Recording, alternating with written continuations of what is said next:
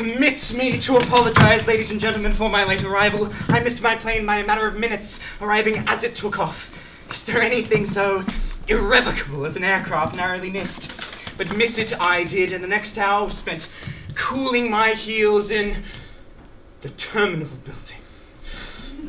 But now the journey is over, and what an honor it is to stand before such a distinguished assemblage amongst whom my notes and past lecturers, Professor McGiff, Dr. Williams, Mr. Galley, and my old head of English, Dr. Grigsby. And now, ladies and gentlemen, I can delay no longer. Henry Kendall and the poetry of possibility. Despite Dr. Grigsby's recent printed opinion to the contrary, I propose to show that Henry Kendall is in fact a harbinger of our present age. First, a speedy background sketch. 1813, a date from the palm trees of history. I'm sorry, practicing before one's peer group is one thing, performing before professors is another. It must be remembered that up until this time, Australian verse did no more than ape English models. It was this conventional sensibility that Kendall decisively rejected. And so pace Dr. Grigsby in his recent opinion that Henry Kendall is confined by diction, prosody, and self-pity, in a petty bourgeois velvet tale of his own making. The truth of the matter is that it is Kendall that opens our eyes and ears to the majesty and mystery of nature, breathing alive, luxuriant, moving closer, ever closer, while we sit here fiddling with abstractions.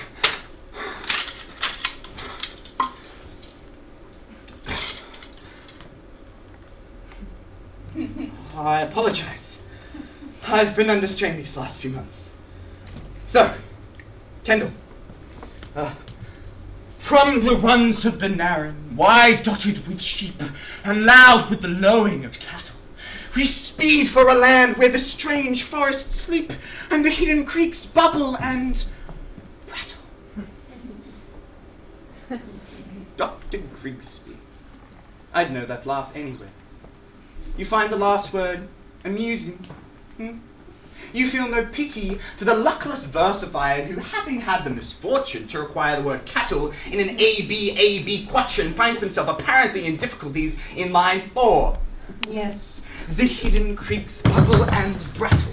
One day, my faith in Henry Kendall will be redeemed. He will be recognized for the poet that he is. Apologies will be made. He will be raised up on high, and I will accompany him into his kingdom. Grigsby's of this world will come pleading for a drop of brattling water.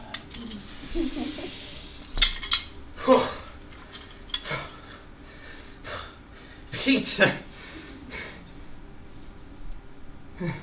So determined was my dear wife Margaret that I should be spared the delights of my presentation today, that my shirts were left unwashed.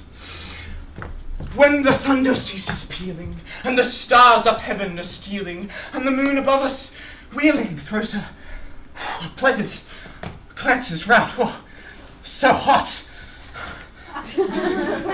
Indeed, the fact must be faced that Kendall had many weaknesses, and drink was one of them. But this scarcely justifies Dr. Grigsby's final and pitiless conclusion. Kendall wandered the streets and slept in the gutters of Sydney saturated in alcohol, a condition for which he had no one to blame but himself. Grigsby dismisses in 4 contemptible pages the labours of 2 lives, not only the poet's but also my own. You want to bring Kendall down and meet with him? That's your plan?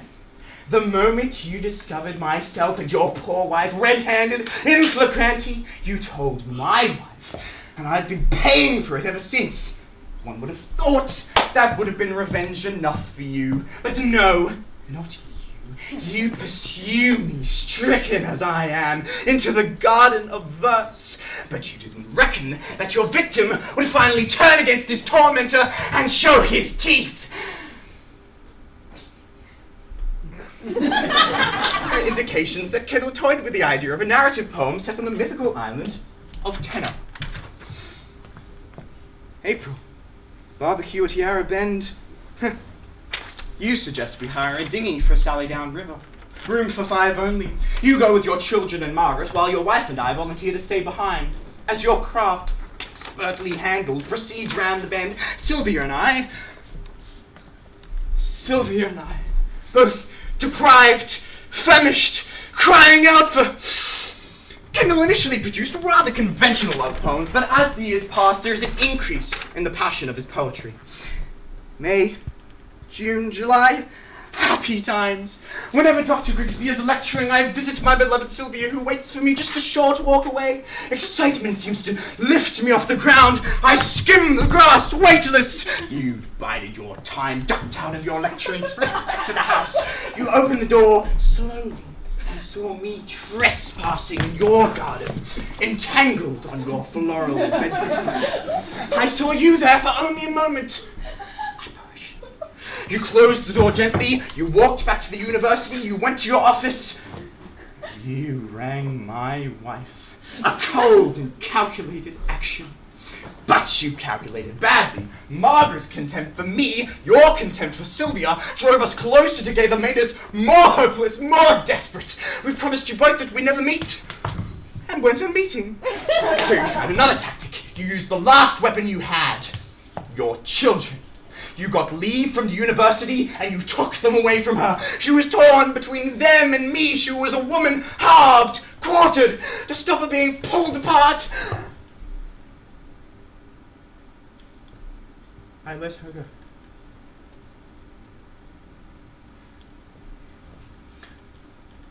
Kendall's love for Rose Barnett was deep and abiding. The depths of his sorrow when his romance with her was finally broken haunts Farewell, one of his finest poems. And part we thus, the spell is broken. On thee my thoughts no more may dwell, and all that now remains is spoken in this sad, simple word. Farewell. I gave her up. You forced me out of her garden. Wounded, I crept into his green dreams, flowered images, and you pursued me, even there, set on ensuring my final humiliation before the academic world. Hoping to regain my footing, longing to retrieve all, to plumb the caverns of the imagination before an admiring audience of professors. The waters rising, the air growing more and more foul, dank, unbreathable. Sylvia? Sylvia!